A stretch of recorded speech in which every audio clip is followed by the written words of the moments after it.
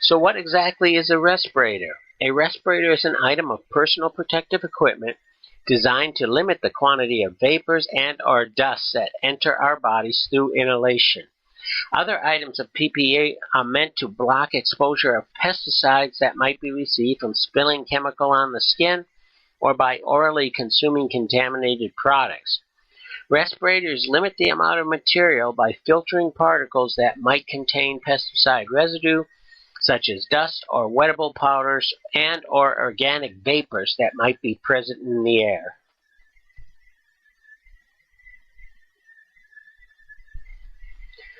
Since there are a wide variety of respirators available to pesticide handlers, the only sure way to determine what pesticide respirator will be needed is to review the pesticide label for the pesticide products that you are planning to use.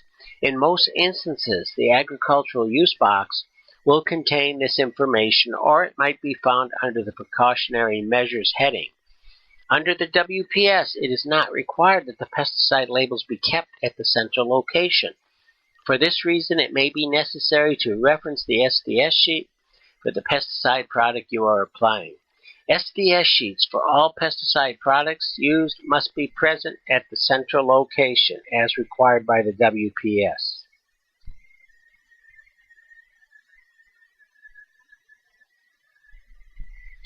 This particular product is not an agricultural use product. Therefore, the respiratory protection requirements can be found under the precautionary statements heading and not in the agricultural use box. In addition to other PPE, the respiratory protection required is a dust mist cartridge or canister type respirator approved by the Mine Safety and Health Administration or National Institute of Occupational Safety and Health with approval number TC-21C 14G with any NRP or HEPA filter. I don't really expect this statement to mean anything to you right now, but you will have a better understanding of the different types of respiratory protection by the time you finish this presentation.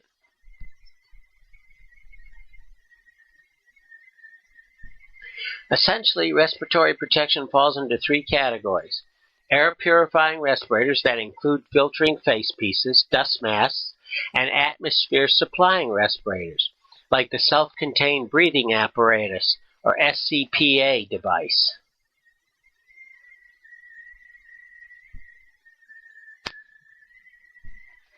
This slide represents the first category of respirator, which meets the respirator requirements specified by the pyrethrin fogger product label previously viewed. These are examples of half-face respirators, but a full-face respirator with cartridge or a canister will also meet the requirements. The respirator cartridges must be color-coded properly for protection from organic vapors, and in a dusty atmosphere, a pre-filter can be attached to the cartridge that will extend the lifespan before they need to be replaced. A full-face respirator will actually be a better choice than a half-face respirator because a better seal can be formed to the user's face. In some instances, you can obtain a canister with a full-face respirator, which again will increase the absorbent capacity of the device and will extend the shelf life. N, R, and P refer to oil resistance, and filters are evaluated as to their filtering efficiency. A filter efficiency of 99.75% will mean almost 100% of chemical vapor particles will be absorbed by the filter. In some instances, these include HEPA, high-efficiency particulate arresting filters, and the respirator shown on the bottom left would protect the user from particulate matter 0.3 micrometers or larger, but not organic vapors. An assigned protective factor, or APF, is a level of protection rating, with 50 being the highest rating for this category of respiratory protection. The user must not have facial hair, or a good seal cannot be formed with a half-face or a full-face respirator.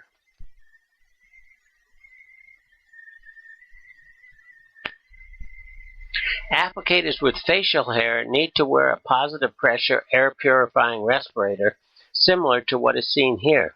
These are expensive and more difficult to maintain than a conventional respirator. The battery must be recharged regularly. The APF rating for this type of respirator is 1000.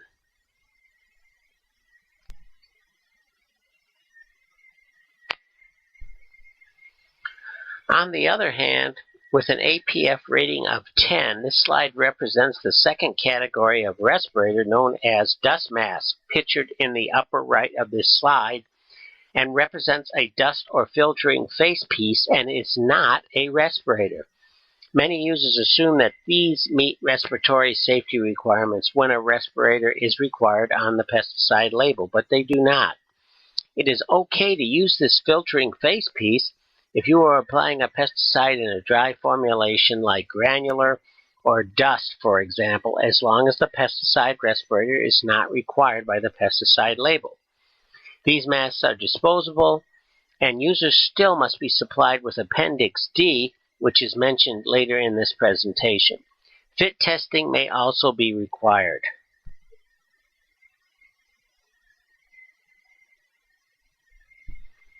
For organic vapor canisters or cartridges, color coding is necessary so the user is aware of the particular hazard he or she will be protected from. Most pesticide applicators will use canisters or cartridges that are color-coded black, although an olive-colored filter may be approved for the pesticide product you are using. Yellow may work for some contaminants, and some may have two colors, indicating the hazard you will be protected from and the efficiency rating. You may also see a rating of NP or R indicating whether the filter is oil resistant or not.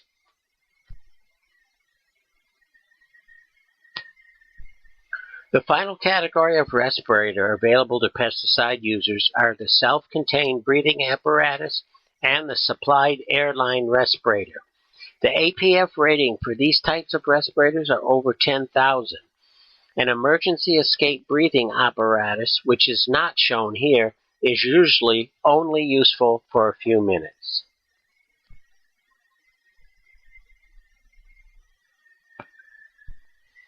We have completed the first half of this program. You will now be asked to answer 3 true or false questions to test your understanding of labels, the WPS, and the types of pesticide respirators available. If you miss any of these questions, please go back and review the applicable slides again.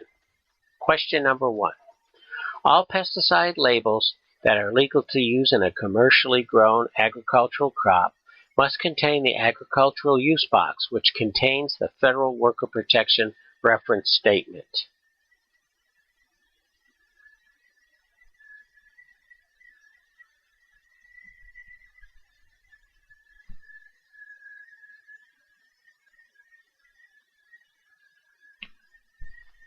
Question number 2.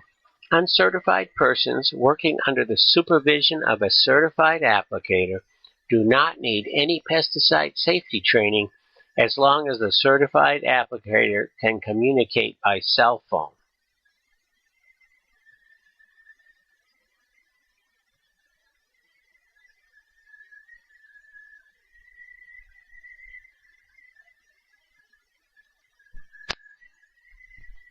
Question number 3. A dust mask or filtering face piece is usually sufficient to prevent a pesticide applicator from breathing pesticide vapors when a pesticide label requires an applicator to wear a NIOSH-approved Series R respirator.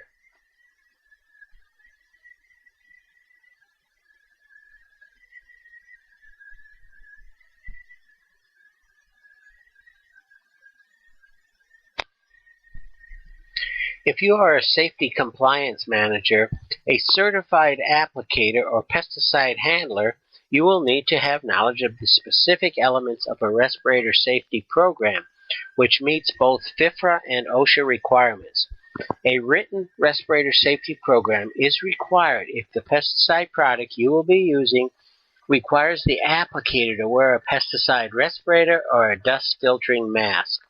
The elements of a respirator safety program can be found at www.osha.gov, where the user guide can also be found, which can be used for a template at your place of business.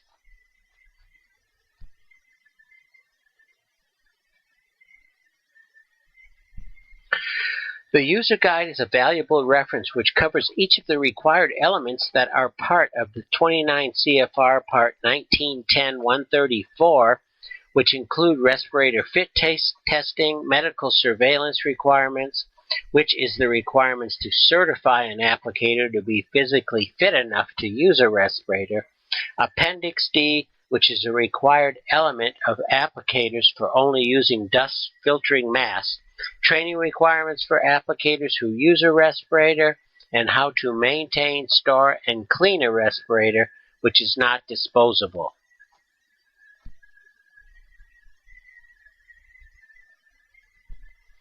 A respirator safety program is a written formal document which establishes standard operating procedures to ensure protection of all employees from respiratory hazards.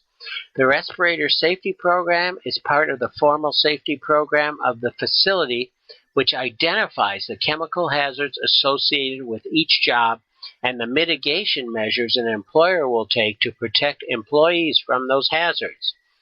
The first step to identify the responsible parties, which usually include the safety manager and the supervisor of pest control operations. In most cases, this is a manager or an applicator who is trained and certified to apply pesticides at the facility. It is critical that the safety manager or administrator and the supervisor understand what their duties are under the plan.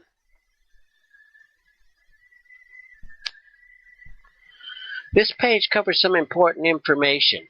Specifically, respirator users have questions about the useful lifespan of respirator filters, and this can vary based on manufacturer recommendations. Other factors which must be considered include frequency of use and the environment where the respirators are used. This page also discusses medical evaluations.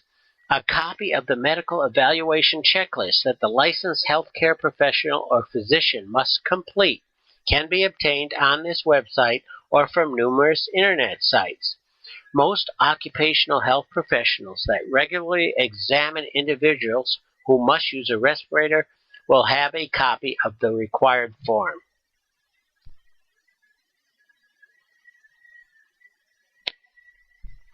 The medical health professional will need some information before the required form can be completed. This information includes the type of respirator that will be used by the applicator, frequency that the applicator will be using the respirator, and a copy of the respirator safety plan. It is a good idea to bring the actual respirator to the examination. This is because in some instances, offices which specialize in occupational health will be able to conduct respirator fit testing as well.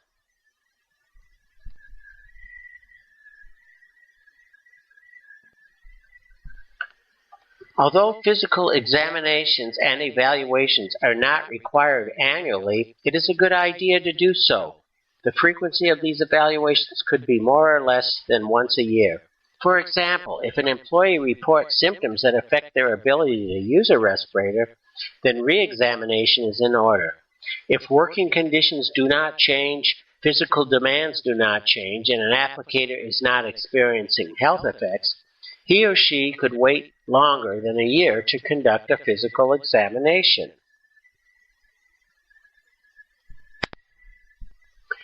Similar to the physical evaluation, it is a good idea to conduct employee fit testing on an annual basis. Two types of respirator fit checks can be performed which meet the fit test requirements. These include a qualitative fit, which measures concentrations of a test chemical inside and outside the respirator, or a quantitative fit test. A licensed professional is required to do the quantitative fit test because a specialized equipment is needed, so most employees choose to do the qualitative fit test. This is an example of an inexpensive qualitative fit test kit if an employee chooses to do the test in-house.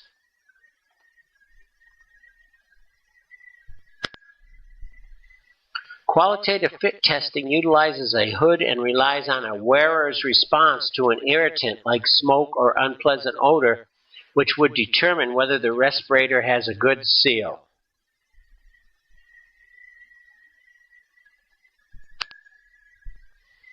Maintenance and care procedures must be included as part of the plan.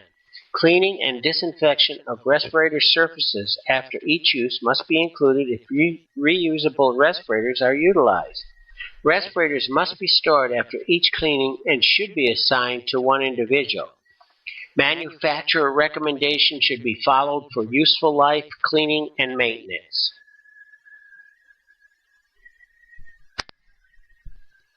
Questions frequently arise, especially on the lifespan of respirator filters. There is no hard and fast rule. The best answer that can be given is that it varies. These are some of the factors that need to be considered. For chemical boiling points greater than 70 degrees and the concentration of the chemical is less than 200 parts per million, you can expect an 8-hour service life. If the concentration of chemical in the work environment can be reduced by tenfold, it will increase the service life by a factor of 5. Humidity above 85% will reduce service life by 50%.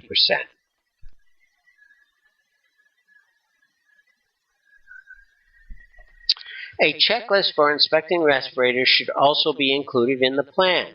This includes inspection of face pieces for cracks, head straps, especially rubber, can decompose in heat or sunlight. Breathing valves can malfunction because of debris. Rubber gaskets get brittle, and it is necessary to check to see if the right respirator cartridge is available for use. For supplied air respirators, it is necessary to check for leaks in hoses and connections.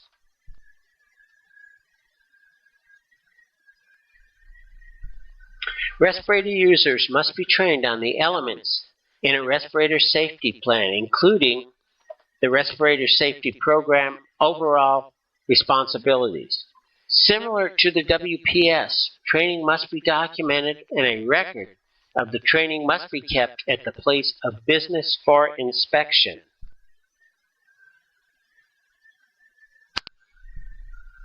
If an employee chooses to use a respirator when it is not required by the pesticide label, then a copy of Appendix B must be signed by the employee and will be kept on file.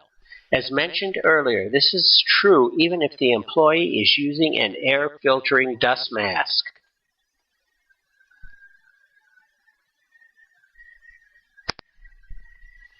In the final part of this presentation, we will discuss the requirements for safety data sheets as part of an overall workplace safety program.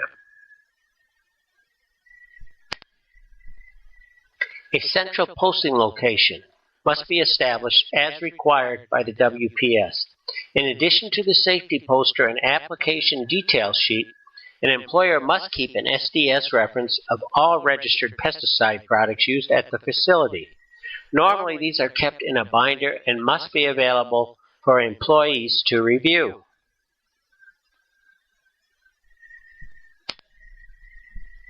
As mentioned earlier, 29 CFR Part 1910, otherwise known as the OSHA Hazard Communication Standard, requires that an employer have a workplace safety program because an employee has the right to know the identities of chemicals they will be exposed to in the workplace and what protective measures are available to prevent adverse effects from occurring.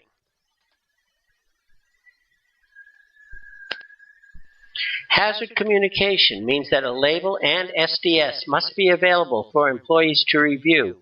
A written hazard determination must be made, which includes an implementation program and a description of how employees will be trained. A respirator safety program is only one part of the overall hazard communication program. As you may or may not know, safety data sheets, or as we now know as SDSs, were once identified as MSDSs, or Material Safety Data Sheets. This change was a result of OSHA's and EPA's participation in the development of a globally harmonized system of classification and labeling of chemicals, also known as the GHS. The result of the change was a more universal system of hazard identification, relying on symbols and pictures to identify hazards. SDS sheets now contain 15 sections instead of 8, as in the old MSDS sheets.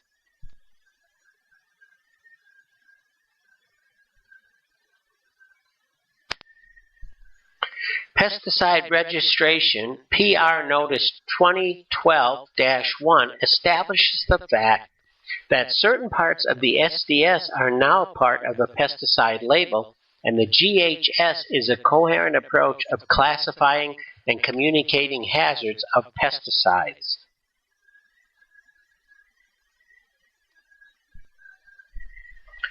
This change not only affected the change to the SDS, but also how chemical hazards are identified on the pesticide label. Although it was decided that pesticide labels would not move to this new labeling standard immediately, EPA's role is to make sure the SDS sheets and pesticide labels are consistent. In the past, there were inconsistencies between the pesticide label and the MSDS, which caused confusion among pesticide handlers because it was unclear what safety measures needed to be taken. Under the new standard, if inconsistencies exist between the pesticide label and the SDS, EPA would consider the label to be misbranded.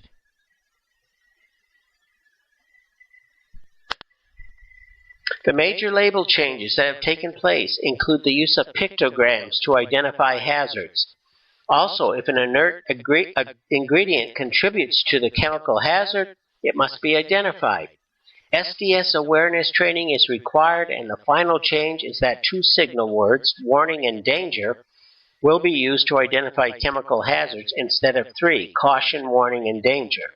As I mentioned in the previous slide, pesticide labels will not be moving to this new standard immediately. However, some pesticide manufacturers have voluntarily removed the caution signal from their labels, anticipating this change.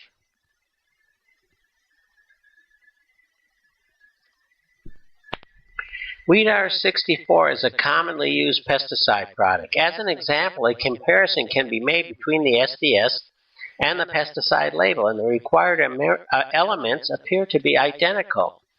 A list of those elements can be seen here, and only in one section do the elements appear inconsistent. This is the requirement to aerate applications made indoors, where there are no provisions for indoor applications on the label. Aeration would apply only if there was a spill. It should be noted here that the elements of the SDS are enforced by OSHA and not EPA, and that only elements 1 through 11 of the SDS are enforced by OSHA. Section 12 through 15 are advisory statements.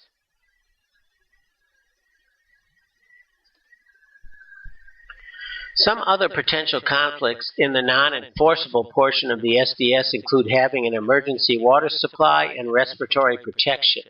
The pesticide label does not require the use of respiratory protection.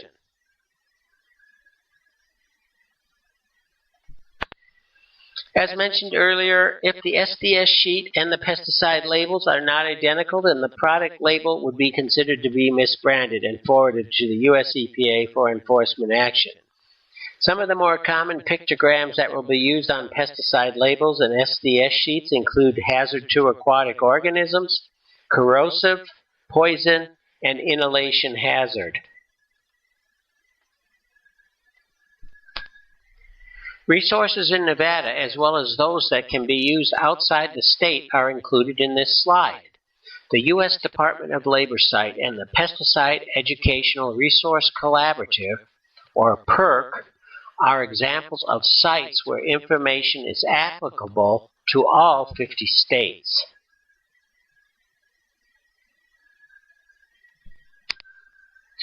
The PERC website is extremely useful in that not only can you find information on respiratory protection programs, but also on how to comply with the WPS and the new certification requirements.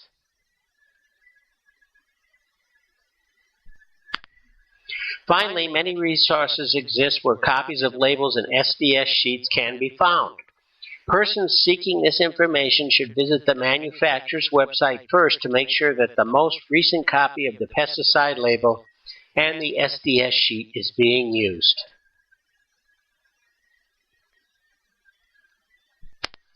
This ends our presentation. If you have any questions about any of the material that was reviewed today, you should review the material again in this presentation. You are now required to complete a 10-question examination to test your knowledge of the material that was covered. Thank you for completing this training module.